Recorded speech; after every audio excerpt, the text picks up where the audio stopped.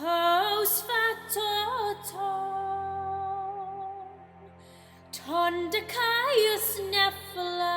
It's just a rollicking great story. It's a classic epic story. It's about love, passion, anger, and lots of men fighting. It's a tremendous, big, scary monster of a roller coaster ride story, and I love them.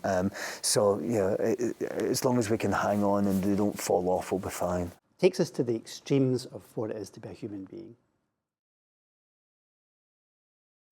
I don't know if many people have actually read the whole of the Iliad, but it's quite long, and it will take you a few days of your life, a very, very nourishing few days of your life. The Iliad is a story of set during the war between the Greeks and the Trojans, and really it centres around the character of Achilles and Agamemnon.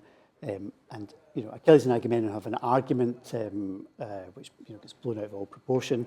Achilles refuses to continue with the fighting, continue with the war, and because he's the greatest fighter there is, the Greeks have, he really puts the Greeks' campaign at risk.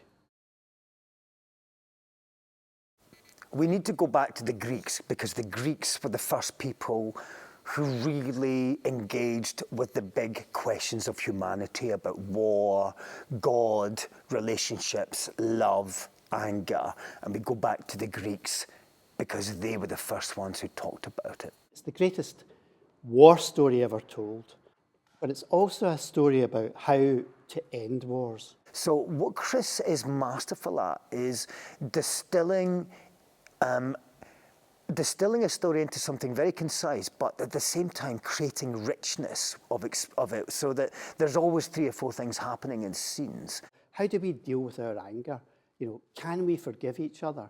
I think for me, the Iliad, it's interesting at the moment, there's quite a lot of productions from the Greeks, and there's been a number of Iliads and Odysseys happening, and I think society drifts towards them when it realises something is fundamentally wrong and needs addressing or needs rethinking. We don't know how to respond to the crisis in Syria. You know, we don't know how to respond to that. We don't know how to respond to the migrants.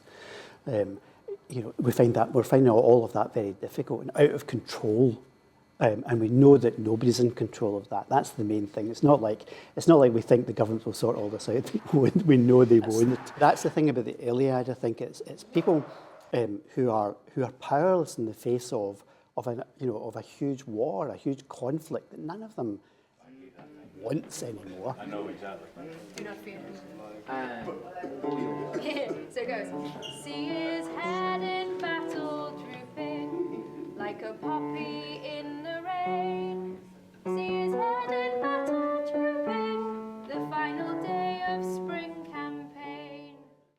Claire Mackenzie is doing the composition for this, and we've talked a lot about how that might work. The music is about humanity, and there's going to be voices. Voices are at the centre of it. I just wanted to keep it human. I want people to see human beings on stage in crisis and with death, threatened by death and driven by love. And so I wanted to be able to see them, and the music will be about supporting the humanity of that and hopefully getting a balance between maybe that and creating a slight otherness about it. And again, like the costume, like the set, reminding of us, creating a kind of bridge between then and now.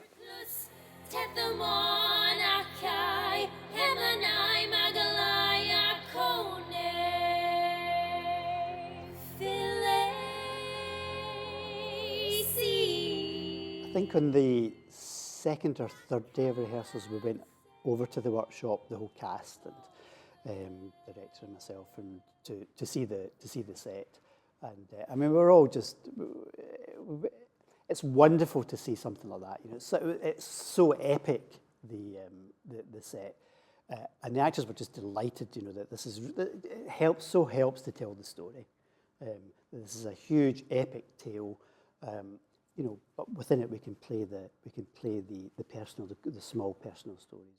There's a kind of idea at the beginning that the that these are actually refugees, and they ended up living in this derelict site or ancient ruin, which is all very relevant to today, and that there's televisions and modern things as part of the setting.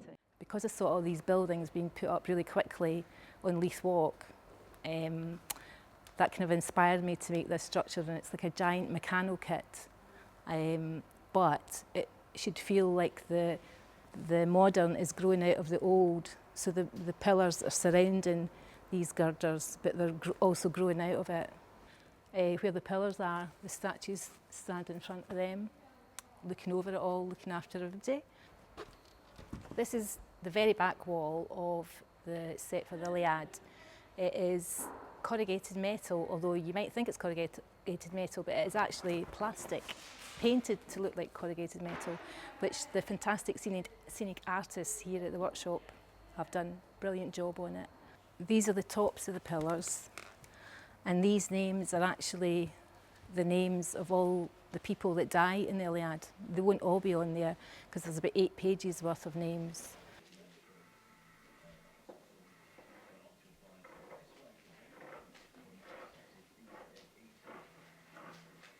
The script refers a lot to the weapons they used, and you couldn't take it away from the fact that it was set in ancient Greece with gods and all these fantastic characters, but it was also very contemporary. When I was working with Megan was working through costume, and we were thinking about, well, how do we create a kind of hybrid world here?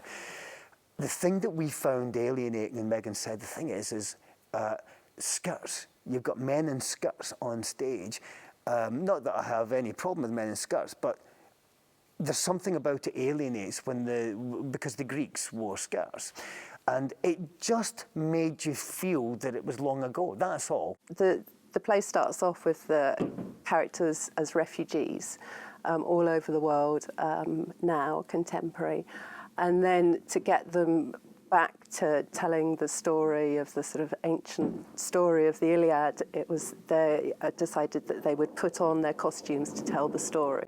So they would keep contemporary on as their base costume, and then they would put on the armour. The men would put on the armour, and the women would put on the Greek and the Trojan clothing. And so all the characters put the clothes on top of what they're wearing before. So they're then playing this character, and they put on a robe or a gown on top of their trousers or on top of their contemporary clothes. And then the gods, we wanted them to be very different from a completely different world, and they're meddling with all the warriors, all the characters, and they're sort of having a life of leisure, really, as they're sort of swanning around, sort of just meddling with all this awful, this atrocious war.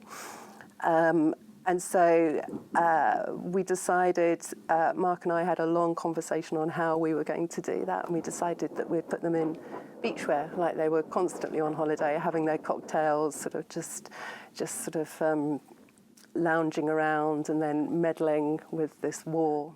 So the gods are all wearing sort of gold bikinis and gold swimming costumes.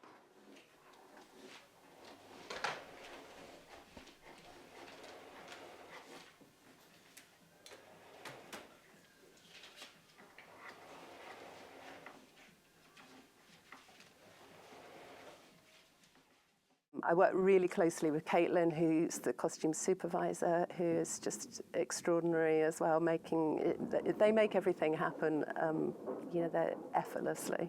I think the Lyceum's fantastic to work for, and we're so lucky to have theatres that still have workshops, because they're getting few and far between. And it's a fantastic workshop at the Lyceum. There's loads of really talented people here, and they help make my ideas real.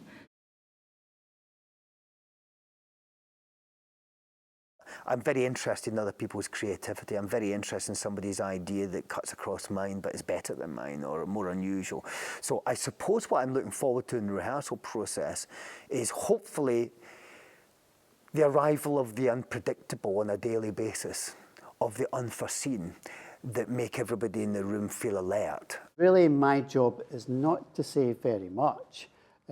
It's just it provides reassurance, I think, to people that, you know, if there is doubt about where the story is going, then they've got somebody to turn to. There's 13 first dates happening in that room, and none of us quite know how we're going to behave with each other. So, and that's thrilling. It's really exciting, and they're all here and gathered around something and passionate about it being good. You know, what could be bad about that? It's wonderful. It's a wonderful piece of work. It's sex, gods, and war. Not necessarily in that order.